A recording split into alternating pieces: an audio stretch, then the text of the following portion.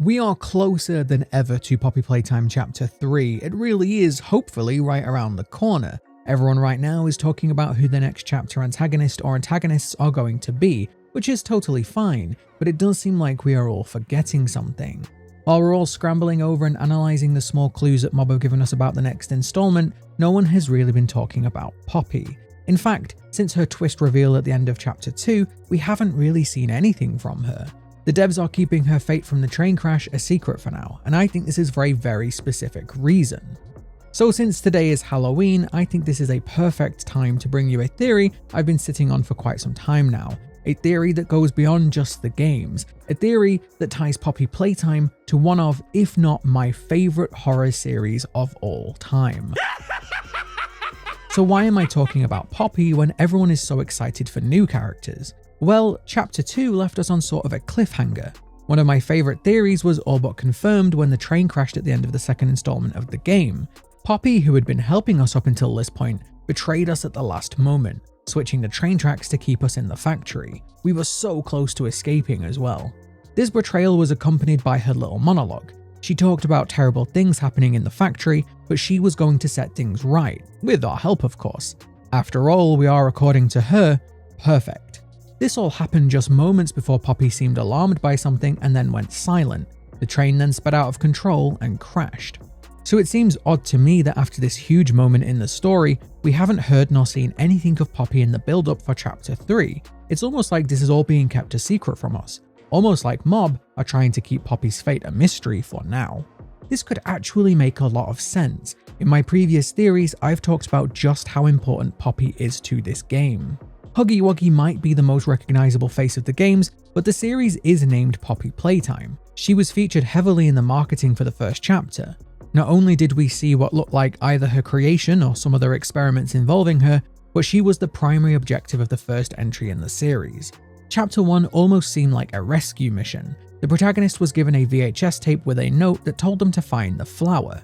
We now know that this was where Poppy was sleeping, but something huge that people seem to forget is that someone was desperately trying to warn us about Poppy.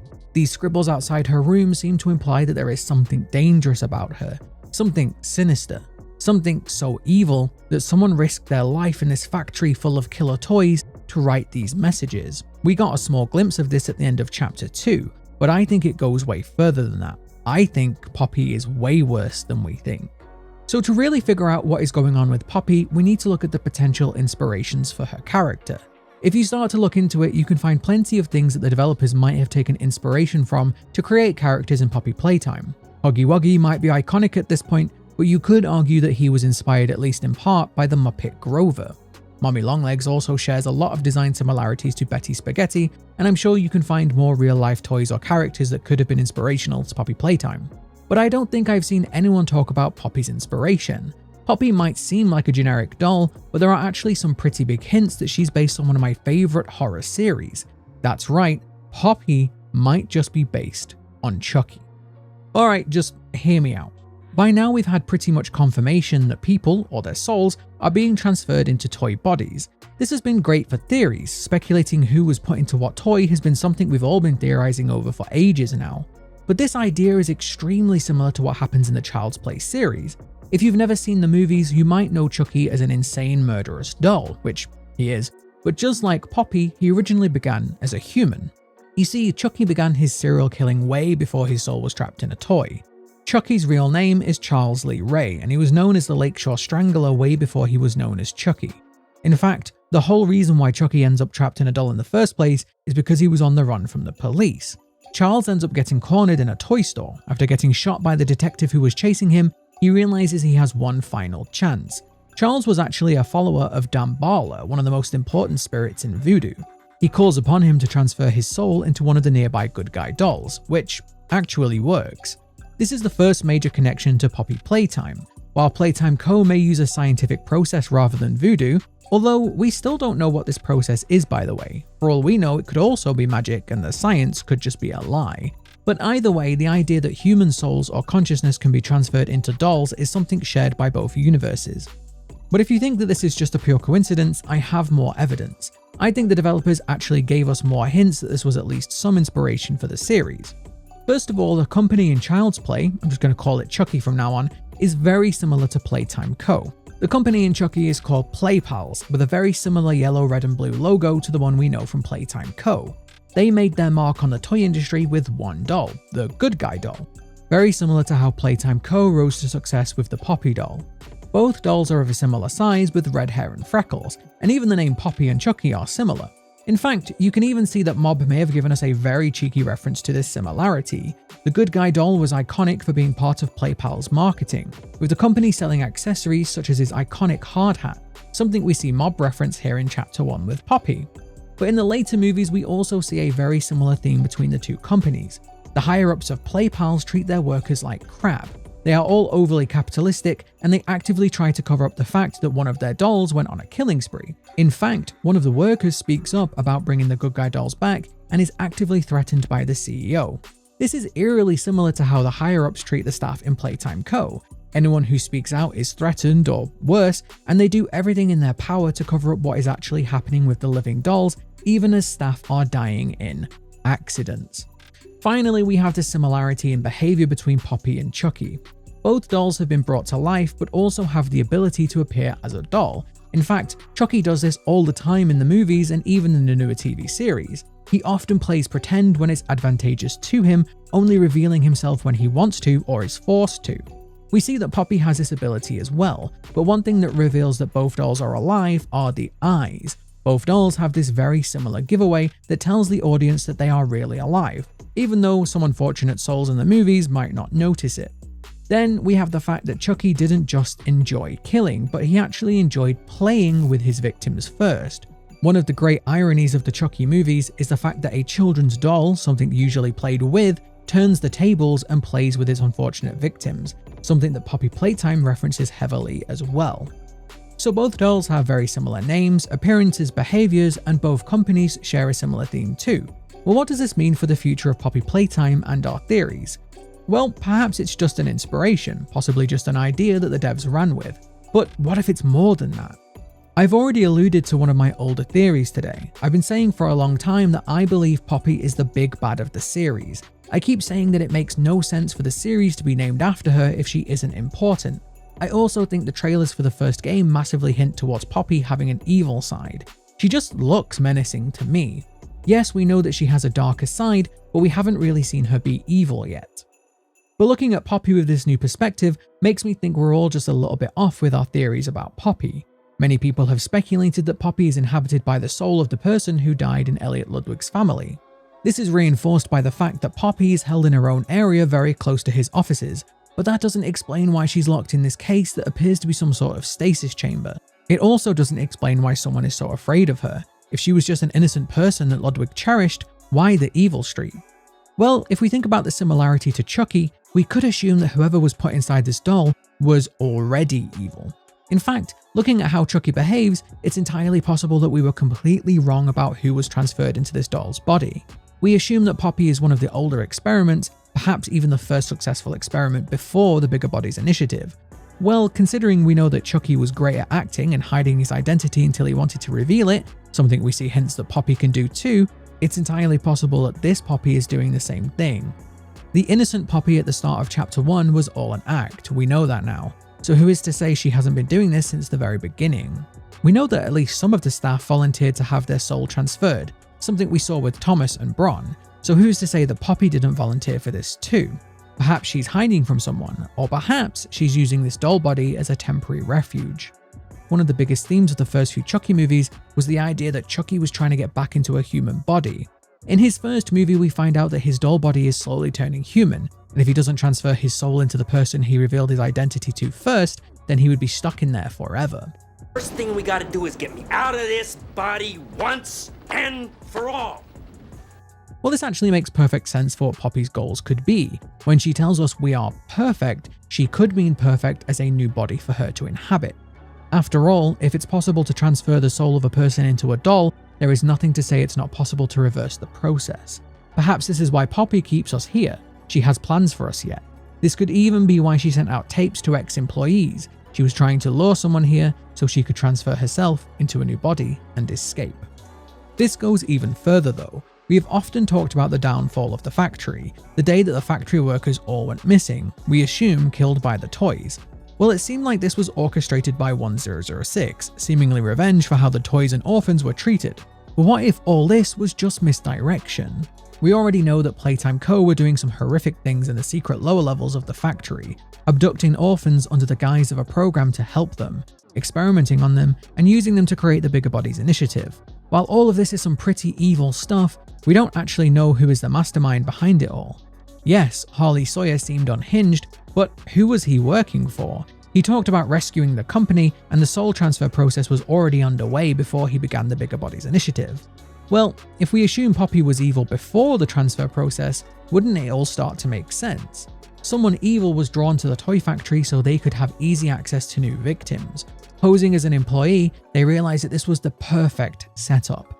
No one would question if a person or two went missing. They would just assume it was another victim to the toys. All the weird little inconsistencies we can see throughout the games, the weird aggressive words in the musical memory game, the cardboard cutout voices being tortured, even the toys getting loose on that final day, all could have been part of the serial killer's games. Just another way to play with their victims before they kill them, just like Chucky. I think this makes way more sense than you think. Yes, the experiments were unethical, arguably evil, but they were done for the good of the company, for profit. For this reason, the company had plenty of security in place. Someone going around behind the scenes causing mayhem with their own sick and twisted agenda, turning the experiments into torture, stalking the victims, maybe even convincing the toys to help them kill, could all help to explain why this place fell in the first place. So if there was a serial killer roaming the halls of Playtime Co., who could it be? I actually think all of the evidence points to one person, Stella Graber. Think about it, in horror movies when you don't know who the killer is, it's usually the last person you expect. Sawyer is far too obvious. Leith Pierre could be, but again, he's too obnoxious, people already hate him. Not a great cover for a serial killer. But Stella, innocent Stella, so friendly that they interviewed her, made her the voice that the children in the game station listened to. No one would expect Stella to be the one behind everything. But it just makes perfect sense. We know that they use the same voice actress for Stella and Poppy, we know that Stella was obsessed with living forever, something even the interviewer seemed to think is slightly odd. Stella would have had deep knowledge of the experiments that were going on. She was the one instructing the children to participate in them after all. Stella would have had access to all of these experiments. Her warm and friendly personality probably made no one think twice about her intentions. In fact, that would make the interview even more ironic, a literal interview with a serial killer. All the while in the shadows, she was slowly killing, one by one, tampering with the experiments to play with her victims, eventually volunteering to transfer into Poppy so she could continue her work. After all, who would suspect that Poppy, the smallest and least threatening doll of them all, would be the killer? But we see so many hints to this throughout the series. Poppy's face is everywhere. Of course, it makes sense, she is the face of Playtime Co.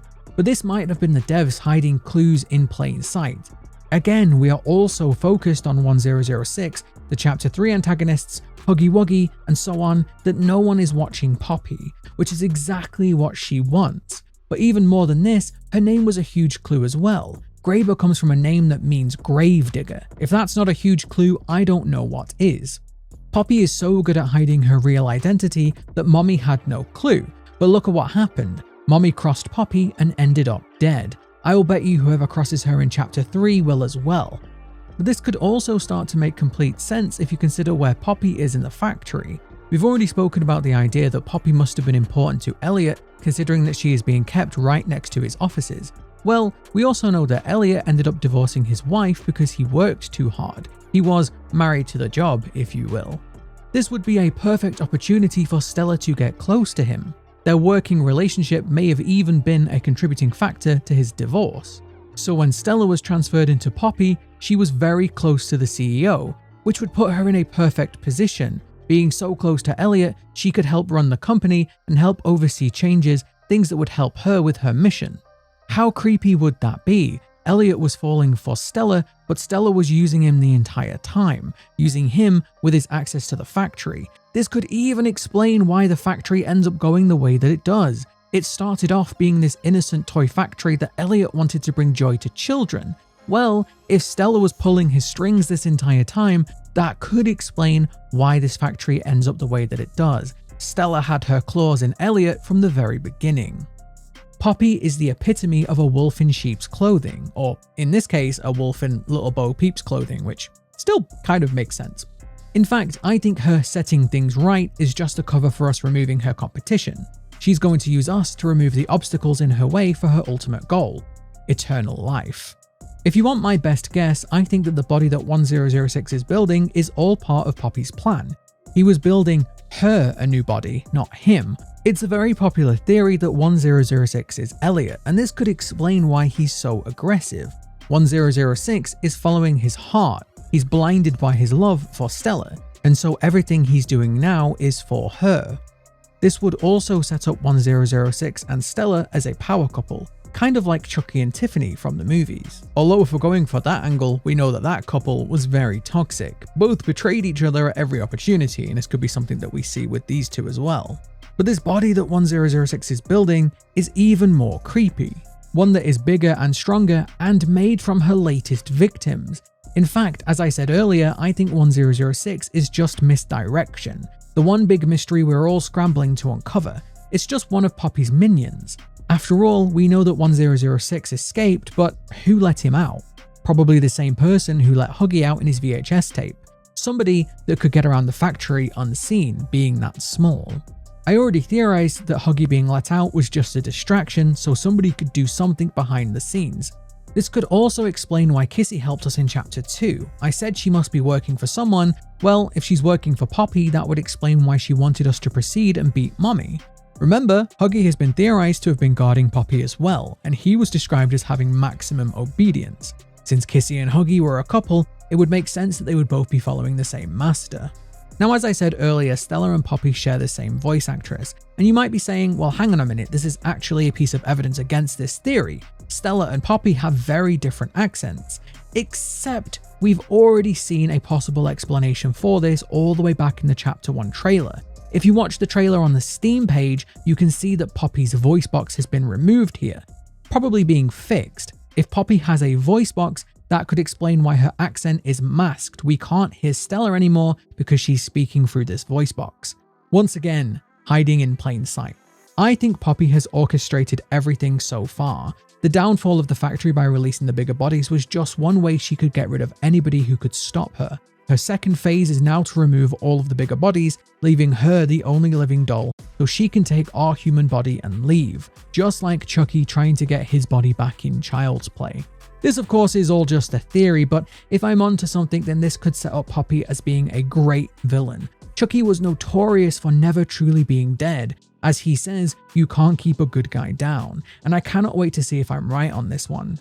Seeing Stella Graber being this very creepy, overly friendly serial killer hiding in plain sight is a really interesting idea for me, and I really think I'm onto something here with this one.